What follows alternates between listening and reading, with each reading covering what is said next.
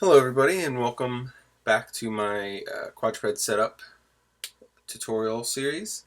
This is part 2. We're going to be doing the hind leg setup. And again, my name is Corey Ross, character TD and 3D generalist. You can find part 1, which is the ribbon spine setup, in the YouTube channel or at my website, CoreyRoss3D.com. Before we get started, we have to talk about the rotate plane IK solver. If you haven't used the rotate plane, or not the rotate plane, the spring IK solver. If you haven't used the spring IK solver before, it's not going to show up in your solver attributes or in your solver choices. So I just selected the IK thing. I pull it up. It's not over here. How are we going to have access to this spring IK?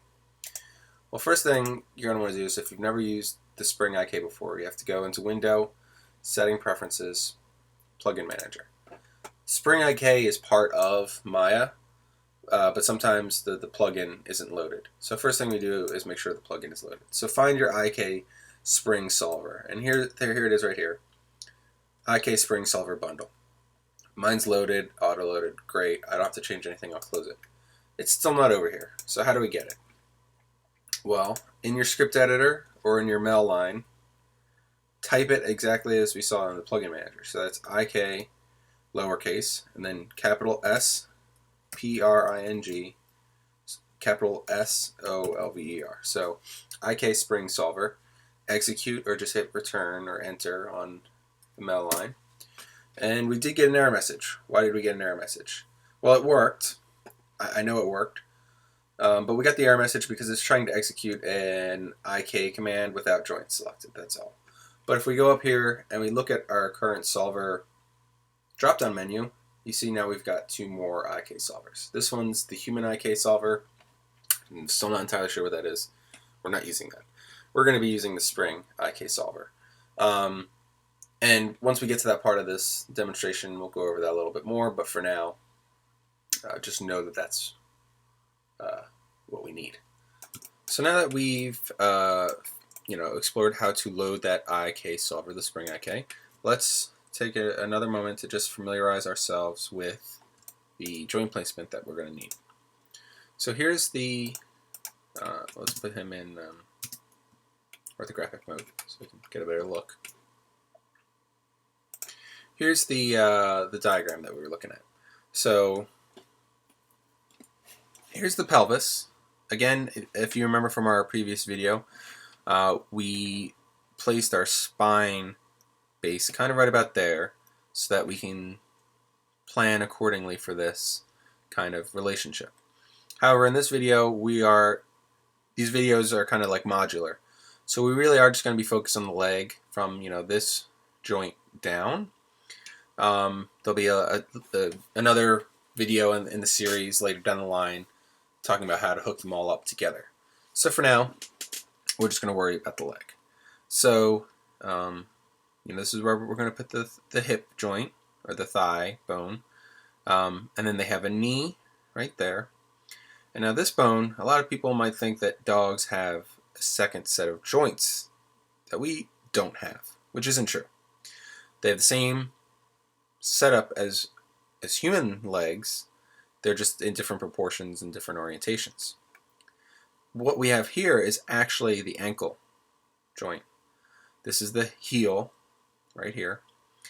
And from this point down to this point is really like the arches of our feet. And then from this point forward would be toes. Okay, so hip joint, knee joint, ankle joint, ball of the foot, toes. Right? So they have the same number of joints as we do. It's just they're in different orientations, and therefore when they act or when they move, we have to compensate for that. So on a biped setup, from the ankle to the toes, we'd maybe do like a foot roll. But here, that ankle joint isn't on the ground at all. It's part of that whole mechanical relationship. So we need to compensate for it in the solver, in the IK solver. So that's why we're going to use the spring IK. But for now, let's just go ahead and place our joints. So joint tool. I know that for this setup, the other thing too is with joints, especially ones with IK handles, especially ones with uh, rotate planes or spring IK handles, the joints should be as close to, if not within the exact same plane as all the other ones. So that way the spring solver doesn't have to figure too much out. Or it's still going to do the same number of calculations, but when the joints leave the plane, those calculations can get a little messy and things might break. So how do we ensure that all of our joints are in the same plane? One easy way to start is to draw these joints out in the orthographic view. So that's what we're in. We're in the side view. And let's draw out these joints. So our spine ended somewhere around here. And so we probably want our first joint maybe around here. This is definitely the knee right around here. Here's the heel. Here's the ball of the foot. And we'll draw out the toes as well. Now in this video, I'm not going to be going over the toes or the paws, whatever you want to call them. I might do a video down the line, but it really doesn't require a lot of unique rigging setups. It's really, you could just do like FK chains, maybe with some set-driven keys for the spread and stuff. But we might, we'll see how we're feeling towards the end of this series. But for now, we're just going to focus on the setup of this leg. Now, the other thing to keep in mind is in this drawing, he's in a bit of a pose. So, but when we put these joints out, excuse me, and this should be in the model too. So if you're working closely with your modeler, let them know this. We want these bones, when we set them up, to be roughly parallel. As close to parallel as we can. Because again, the spring IK is going to be affecting this angle and this angle. So if they're perpendicular, or excuse me, if these two lines are parallel, these two joints are parallel, it just has a little bit easier time, a little bit more predictable movement. And this is not to say it's going to be perfectly parallel, but as close as we can get it. So I'm moving this back a little bit so that this joint and this joint are pretty close to parallel. All right. And so our joints are most certainly in one plane. We can look at them here, and they're straight up and down, all right on that plane. But looking here, the joint orientations are a little off because I moved this joint up here. So all the other joint orientations have an axis pointing straight down the bone, and one pointing straight out towards the camera, i.e. perpendicular to the plane that the bones are set up in, which is what we want. Except for this very top one. It's been thrown off a little bit. So let's freeze all the transformations and let's reorient this joint chain, because orientation is very important so that the joints rotate and behave the way you would expect them to. But also, since we're going to be using multiple joint chains, it's important that we set up the orientations correctly the first time, so that way when we duplicate them, all the other joints have the same correct orientation. So what joint orientation do we want? Well, let's take a look at this window. If you are not familiar with this setup or how to pick joint orientations, or you're unsure of it, it's almost easier to do the secondary axis first.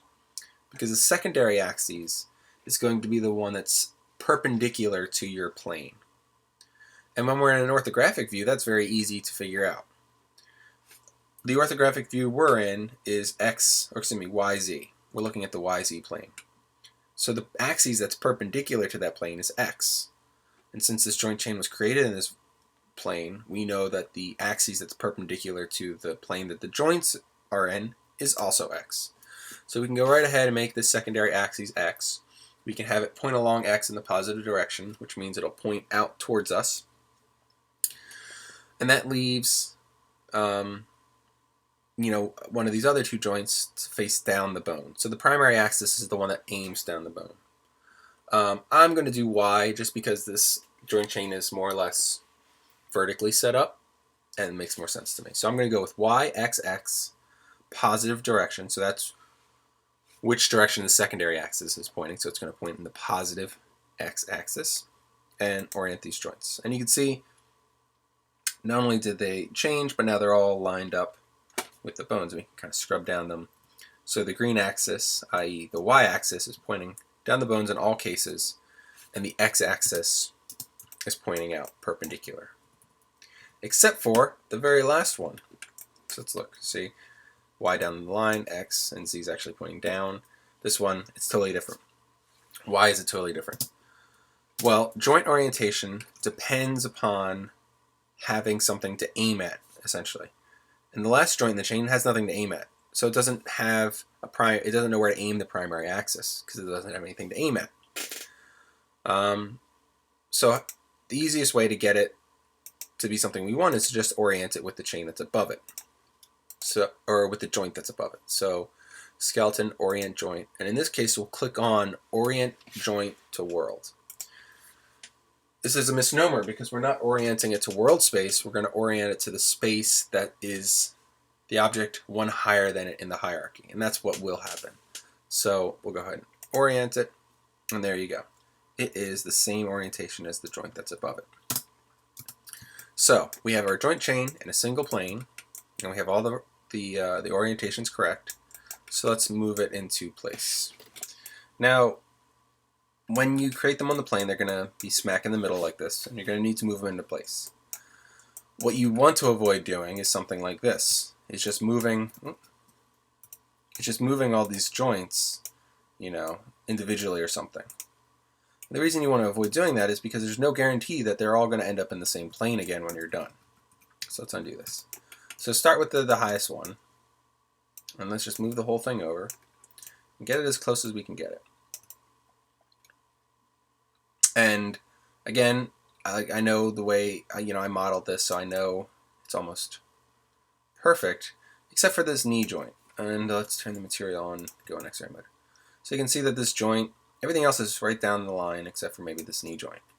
So how do we fix that? Well, we want to maintain that plane, right? So we can't just move this knee joint out. Then it'll leave the plane. We have to work with rotates.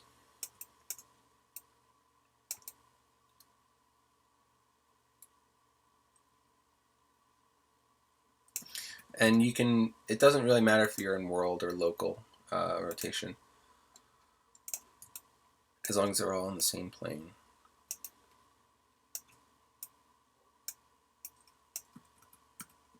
It'll take a little, oops. It might take a little trial and error to figure out exactly which way you need it to be.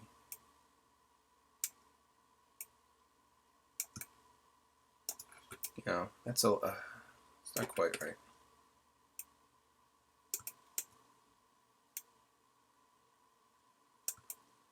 Now the one joint that doesn't matter in this case about maintaining this plane is this toe joint. This little bitty toe joint. This is not going to have an IK solver on it that affects anything above it. So this one we can move independently and kind of line that back up. Okay.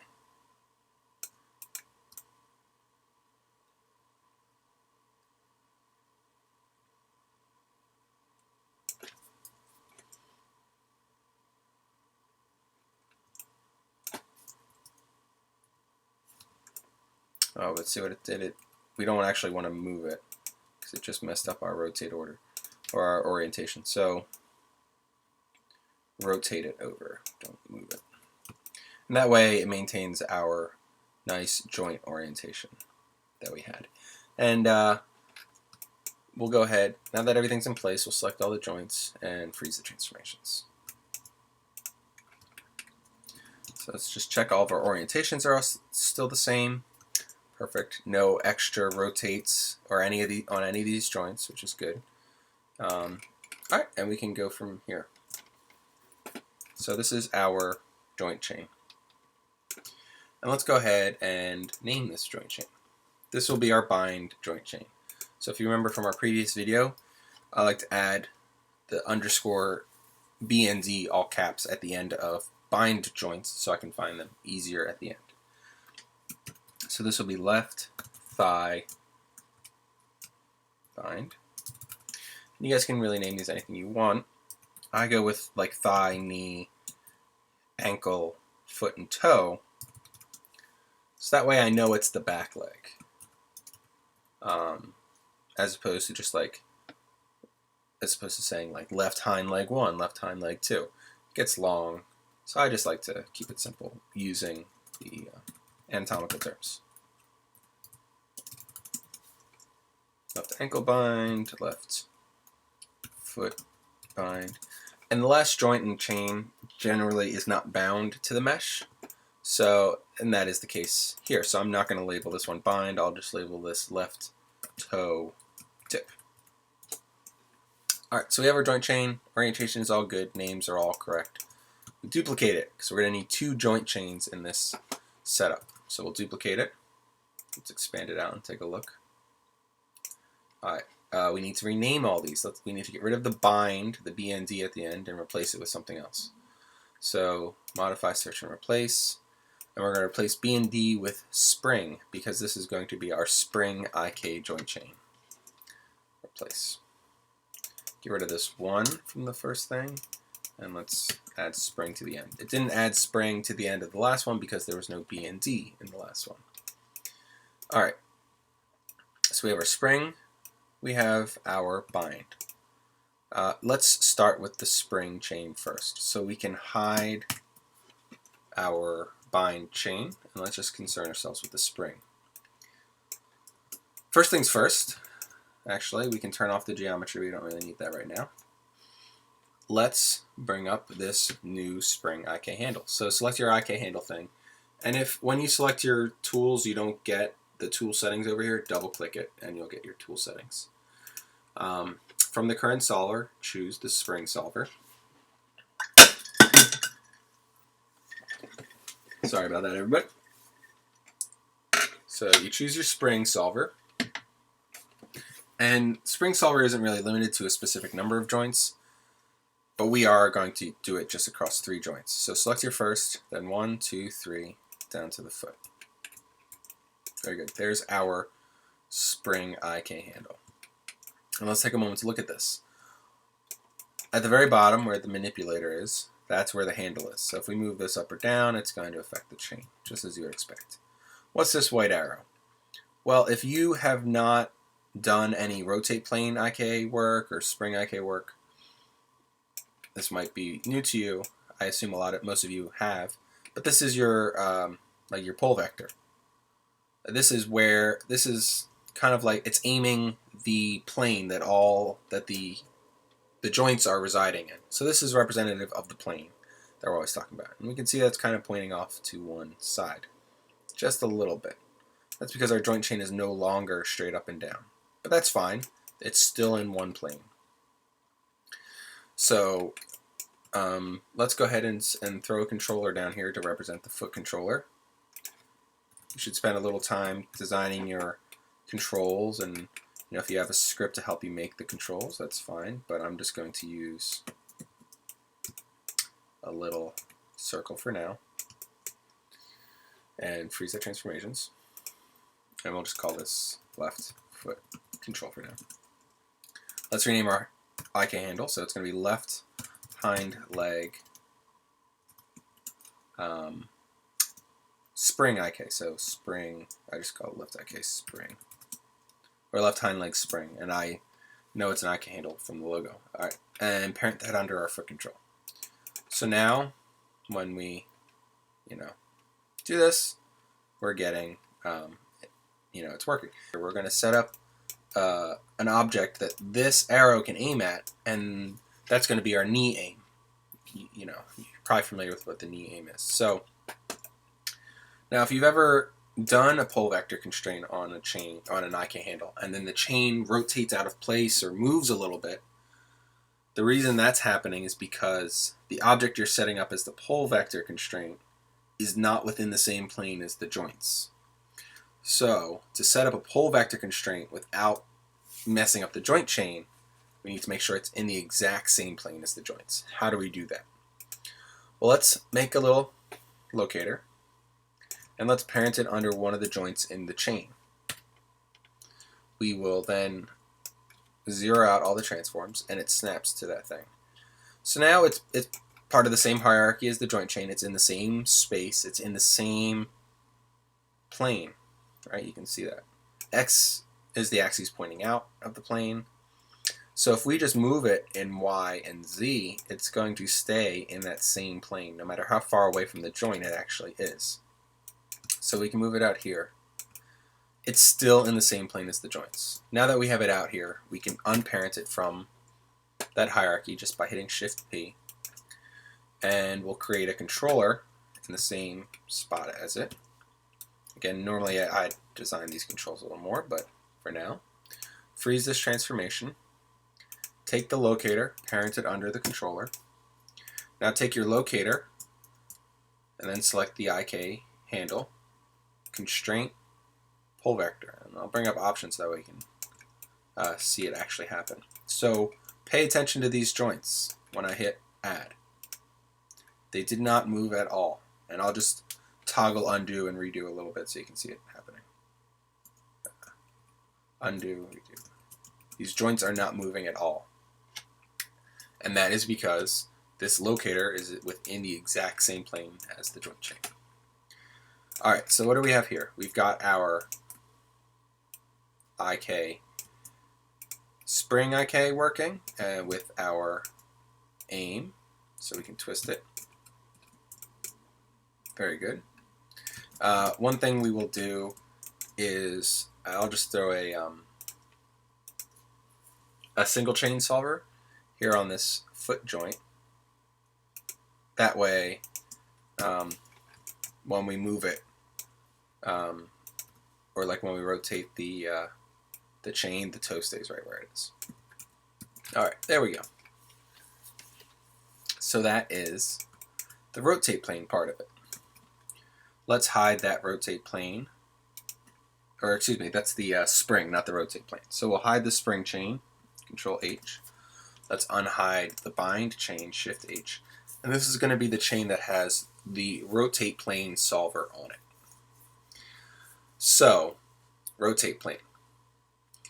You guys are most likely familiar with that, but it's very similar to the spring IK, but we're just going to do it across two joints here. So, select your IK tool, select IKRP solver, which is rotate plane, and we're going to go from the knee to the foot.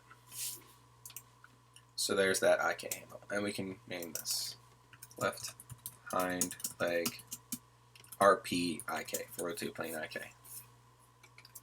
And again, I'll parent this under the foot control so that it moves with it. Very nice, very nice. Let's hide these other IK handles, the spring and stuff, so that they don't get in the way. And again, let's add another single chain to the toe so it stays in the proper orientation. Parent that under the foot control. Okay, so let's looking at this. Now, we're only getting the lower leg in this, and that's from the rotate plane solver. Now, we want these two joint chains that have two different IK handles to have influence over each other. How do we do that? Well, we're going to do it through a series of hierarchies and constraints. But one thing we want to do before we do that, getting ahead of myself here, is what happens if this goes too high?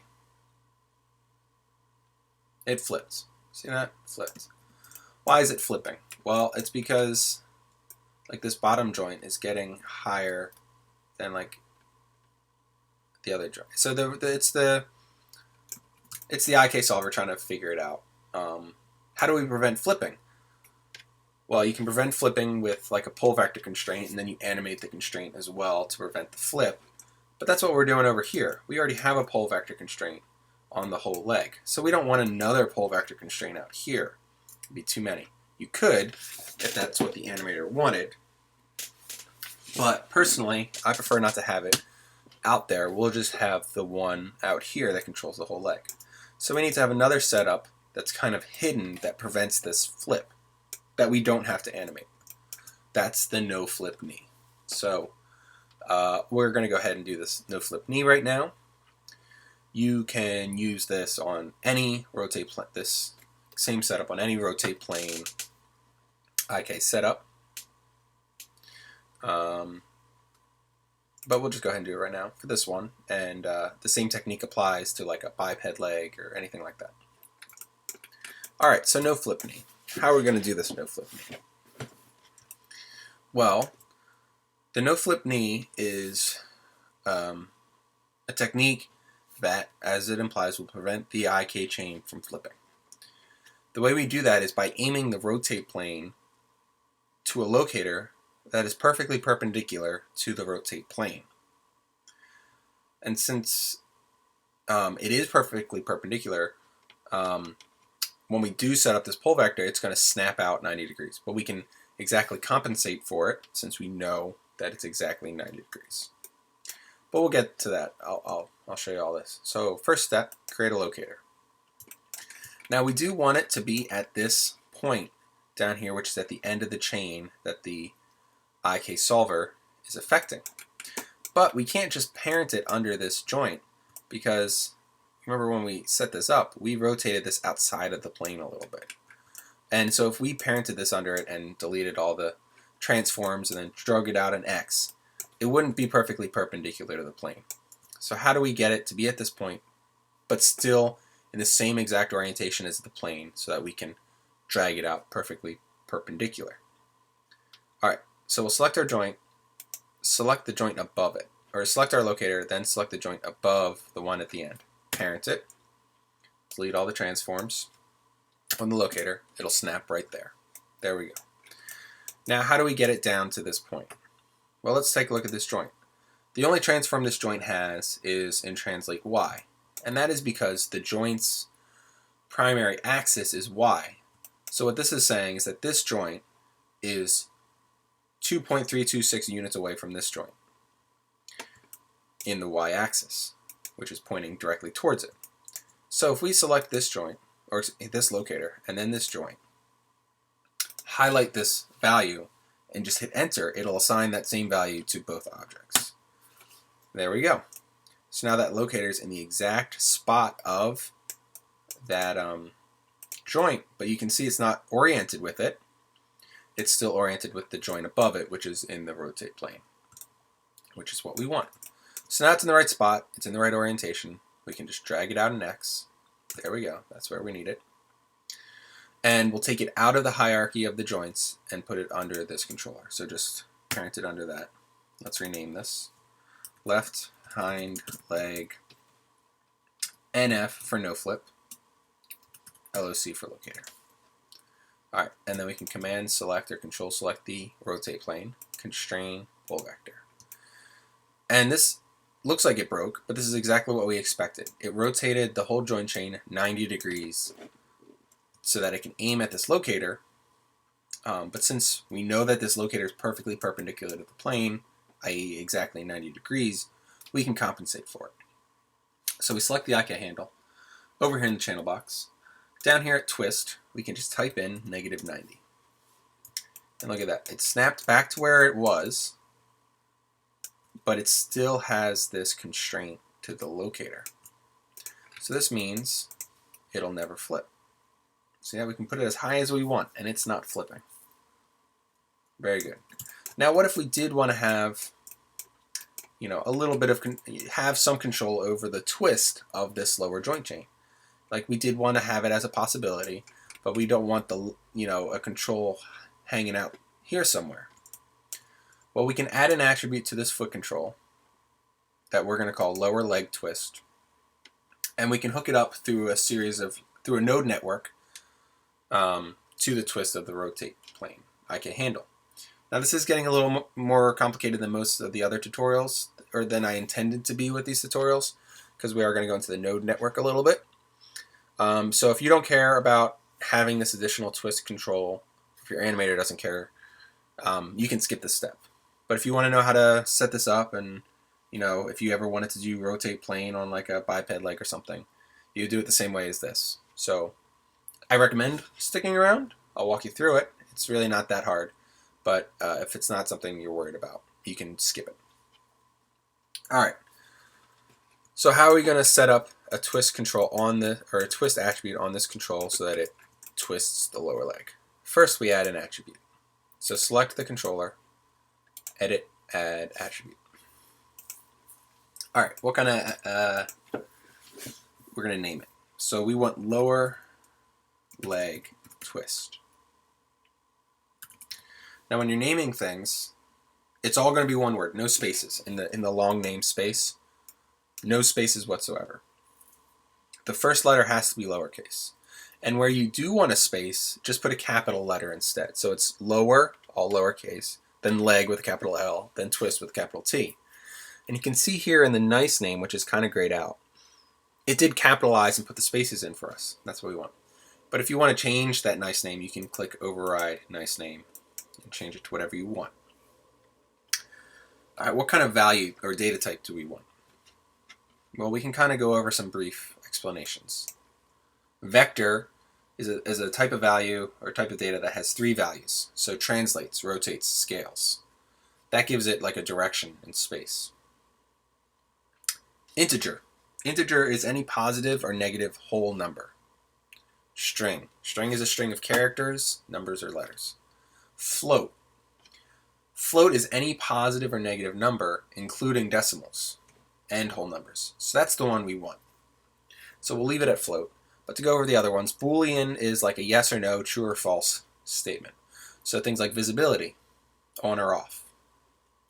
Enum is a data type, like let's say you wanted a drop-down menu of certain items, that you would use enum. And then you would hook up those certain drop-down attributes with, or those certain drop-down values with other attributes through like set-string keys or something. But we'll just do float.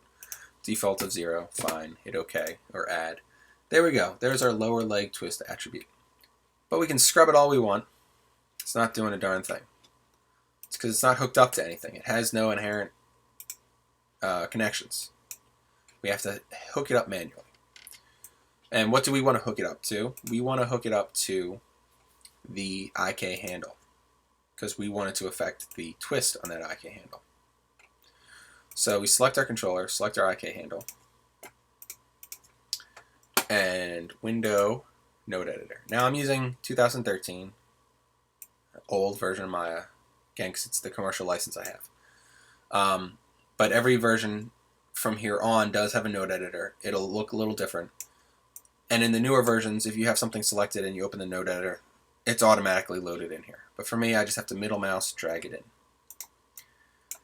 Now if you're using something older than 2013, I don't think it has node editor. It has the hypergraph, which you can kind of do the same thing in, but the node editor is really the way to go. Alright, so we want there to be a relationship between this is our controller shape and this is the IK handle. What kind of relationship do we want? Well, let's look at what it has now. So when the leg twist is 0, we want it to be in its default position, which is this. All right, well, let's look at the IK handle. In its default position, twist is -90. So even though this attribute's default value is 0,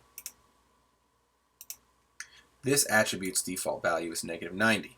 So we always have to maintain that offset of 90. So how are we going to do that? Well, we can use a utility node called the plus minus average node that will take the input of the lower leg twist value and subtract 90 from it all the time. So how do we create this plus minus average node? In the node editor, just hit tab and you get this little box that comes up. And you start typing in which node you want. So we want plus minus average. So I've just typed in plus and it gave me a suggestion. So I can highlight it, hit enter. There's my plus minus average node. How does the plus minus average node work? Well, you can double click it and go over here to the attribute editor. You can change its operation. We do want sum. We want it to add 2 values together. And it takes like I'm pretty sure this is called like a data matrix. So it can take any number of inputs and it'll add them all together. So let's add one input to it, right? We want the output of, this is our control shape, and the output we want here is that attribute that we added. There it is, lower leg twist.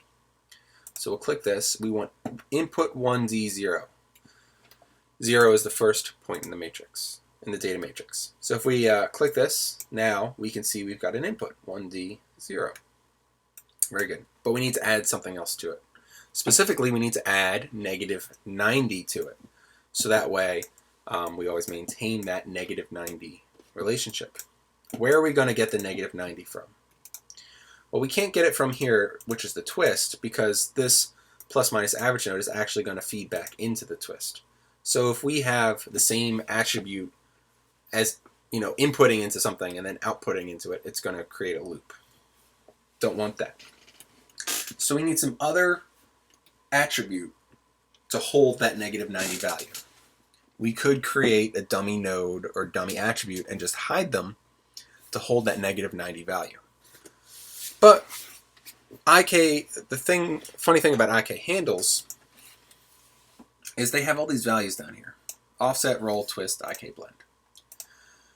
And not all of these attributes apply to every type of rotate or to every type of IK handle. For example, offset does nothing for a rotate plane. Right? So we can change this offset to whatever we want, and it's not having any effect whatsoever on the IK handle. It's essentially a dead attribute. But what that means is we can use it to our advantage. We can assign this that negative 90 value that we want. So we'll make this negative 90. Now back in our node editor, we can take the output from the IK handle, which is going to be the offset, because we've assigned that to negative 90. We'll bring it back into the input 1D1, and again we can look at this node, and now we've got two inputs, 0 and negative 90, and they're adding them together. So if we take the output 1D and input it into the twist of this IK handle, and this unit conversion node, if two attribute types aren't necessarily compatible, it'll automatically put this in here. That's fine. That's what we want. So now let's look at this IK handle again. So there's our offset. We assign that to negative 90. There's twist. It has negative 90. But it's yellow. What does that mean? Yellow means it has a direct input. And that's coming from our plus minus average node, which is adding negative 90 to whatever the twist, the lower leg twist value is. So now that this is all hooked up, we can scrub this and it's going to do something. See that? It's twisting our lower leg for us. Same way as if we had an aim out here and moved it. But now there's no control out there that's, bogging down the design. And this is not something that animators would use necessarily all that often. So having it as just an attribute on here is just fine.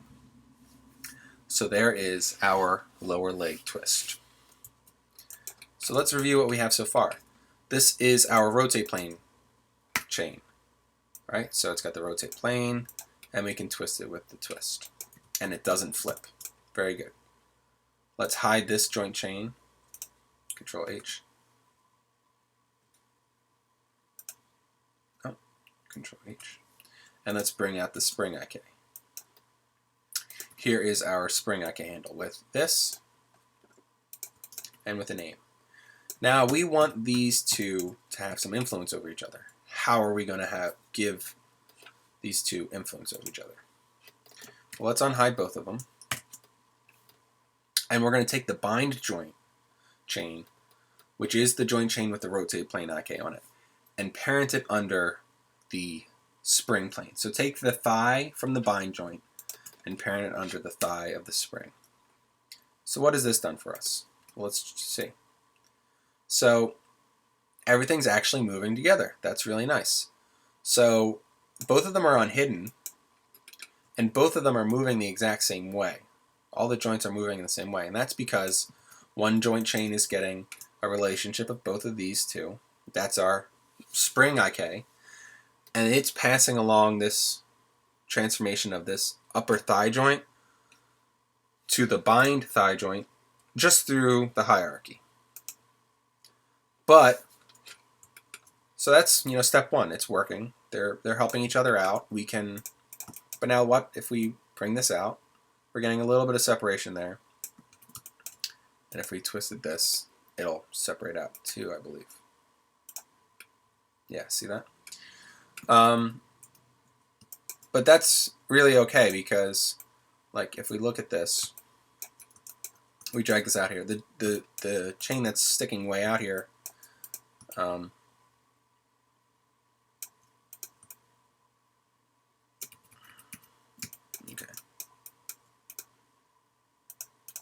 Zero this all out.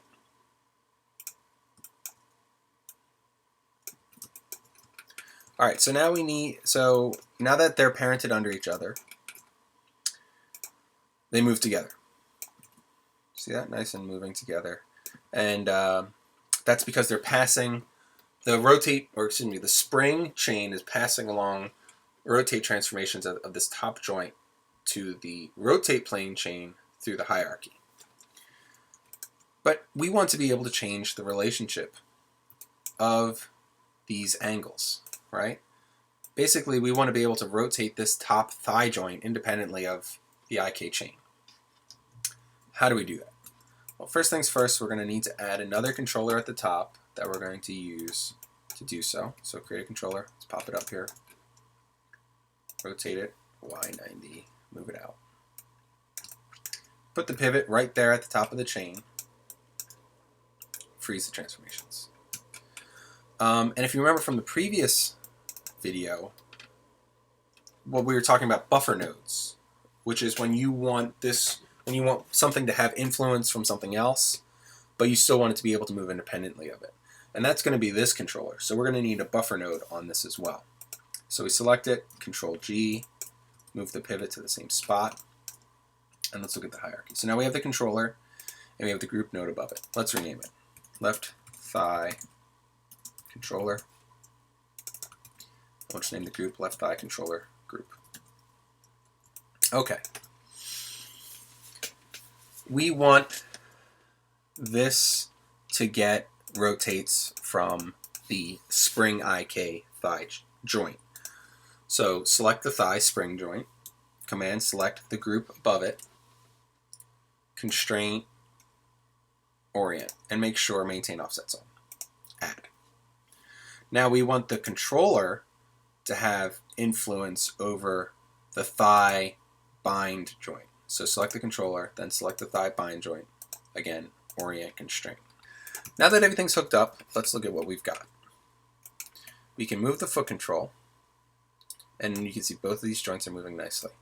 If you wanted the knee to be raised higher, we can rotate this joint here. Now the two are separating, but that's fine because the one that's being affected by this controller up here is the bind joint. See that? And this is the joint chain that will be bound to our mesh. This other one that's kind of lagging behind was our spring IK. And it's just hanging out there, not really having any influence on the mesh, but it is giving us influence on the bind joints. So it's kind of like a phantom joint chain. It's doing a job, but it's not going to be bound to the mesh. And it looks strange, but it's doing exactly what it should be doing. Right? And then if we can zero this out, just for argument's sake. If we move around this rotate plane, or this knee, you can see it's twisting the knee. It's doing a little, it's again separating. Why is it separating?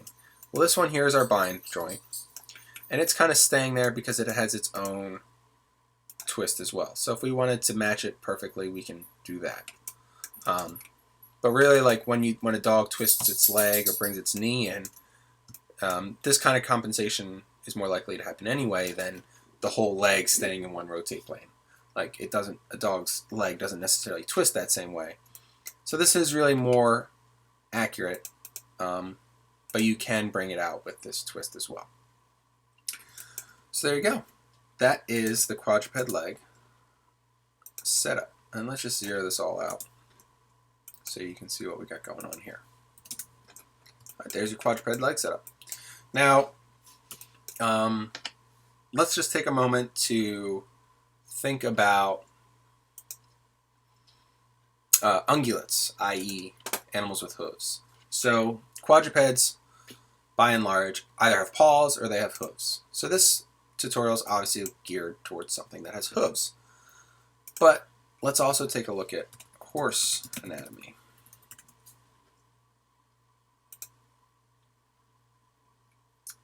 See if we can find one in the same orientation. Here we go. All right.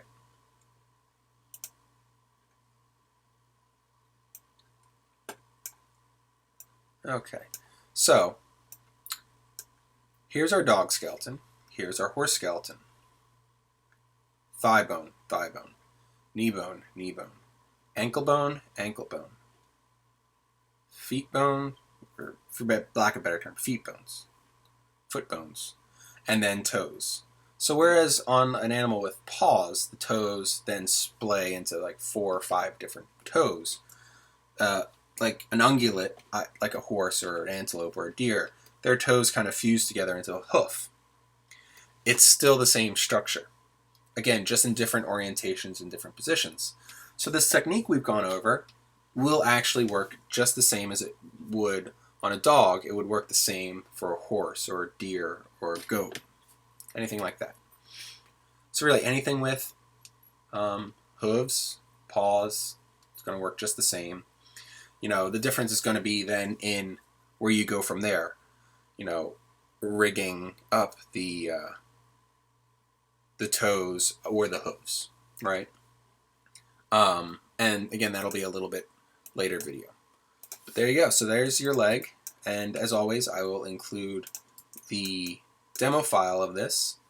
You can download it on my website, CoreyRoss3D.com. And I will include a link in the video description. Thanks for watching. I hope you guys found it useful. And please look forward